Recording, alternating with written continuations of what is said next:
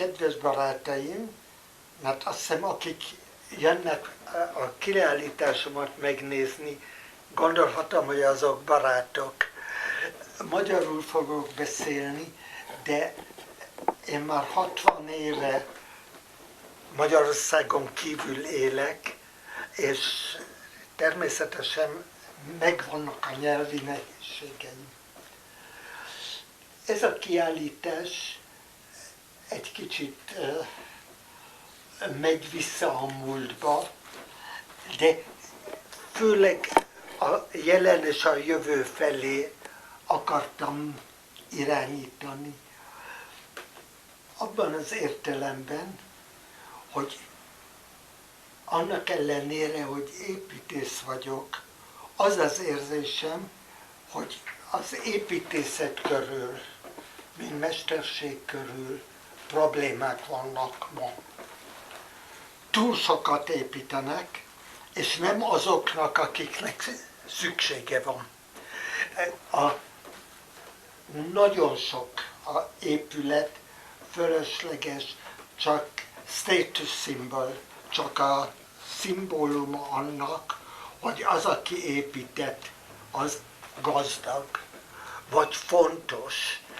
De az építészetnek a célja nem annyira a gazdag építető, hanem az, aki lakik az építészet termékében. És talán ez nem az építész, aki kell, hogy csinálja a részletes tervet, hanem hagyni kell a kezdeményezést, az iniciatívot a lakónak. Én nekem a technikai törekvésem az volt, hogy olyan technikát és olyan elgondolását az építésznek, ahol az, aki használja az építészetet, legyen aki elhatároz, akitől függ, amit csinálnak. És ugyancsak az ő körülményeik, a lakó körülményeik, az, ami a legfontosabb. Az építészet lehet demokratikus, a szó értelmében, ami nem a mai politikai terminológia, hanem ahogy a demokrácia létezett talán valahol nagyon régen.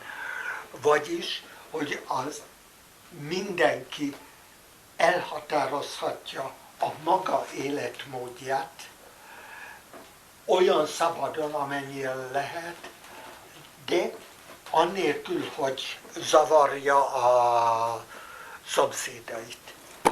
Az építészet, ahogy ma építik, az egy l'art pour l'art, architecture pour l'architecture, vagyis az lakó, a használó nem fontos, elhanyagolható. Ez nem egy politikai kérdés, ez talán egy pszichológiai kérdés. És én abból indultam ki, hogy az építészetet úgy lehessen változtatni, mint ahogy a bútorokkal, kérem. Ez csak egy mozdulat, és változtatok a téren, a belakott téren. Képzeljék el, hogy ezt tudom csinálni, az ablakot át tudom vinni máshova, és a falakat eltolhatom. És az igazi jó építészet, ami az én véleményem szerint, ahol nincsenek alaprajzok, csak egy technikai infrastruktúra, és minden lakó, minden használó a saját módján módosítja. És ha lakóról beszélek, nem csak az egyéni lakóról beszélek, hanem intézményekről. Ezt megcsináltam egy iskolával, ahol azok, akik az iskolában dolgoztak, tervezték meg az épületet, és generáció után ez változtatható volt. Ez fontos, azt mondom, hogy generáció után, mert aki használja, még ha ugyanaz az ember használja sokáig, 5 év múlva és 10 év múlva és 20 év múlva az nem ugyanaz az egyéniség. Tehát ehhez alkalmazkodni kellene. Azt keresem, hogy a mennél kevesebb akadály, mennél kevesebb fix elem legyen az építészetben, és mennél több mozgatható, mint ahogy mutattam egy bútorral. Ez, kérem, egy korjelenség biztosan, de azért mindig megvolt, és mindenütt.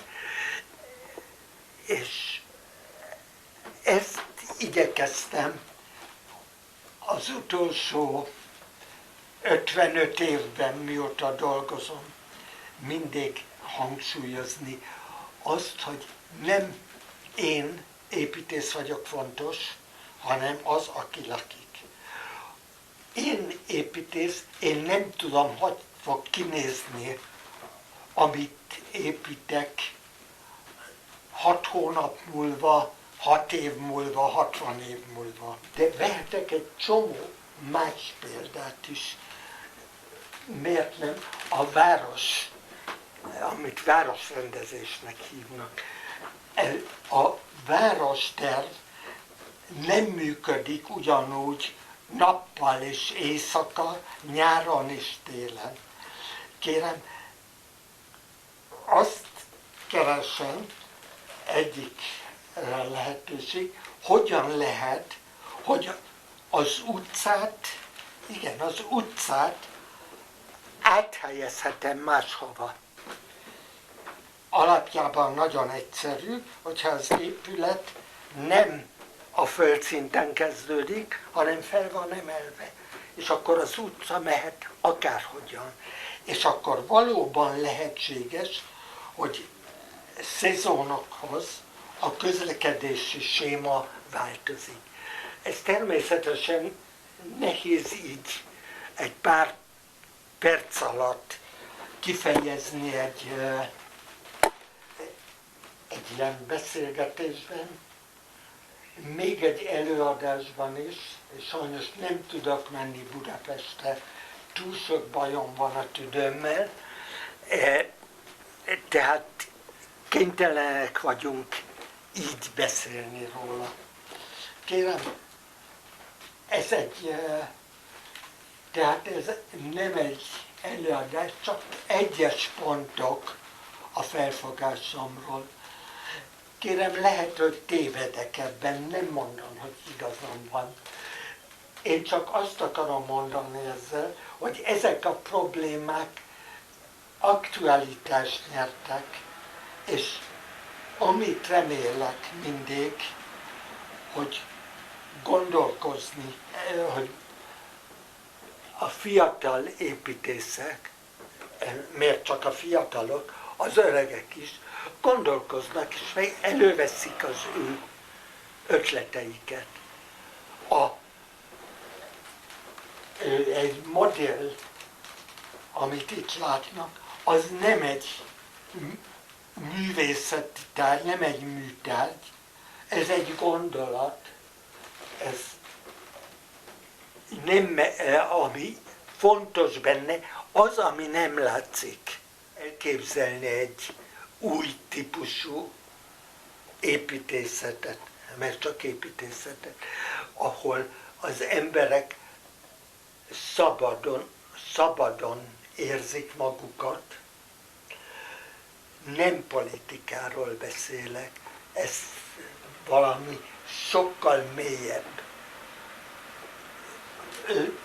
Egy természetes szabadság, amit minden állat ismer. Kérem, ez talán utópiának hangzik, ez nem utópia, mert mindenütt az emberek maguk feltalálják.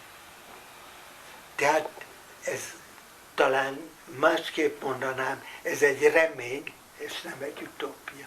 Köszönöm a türelmüket.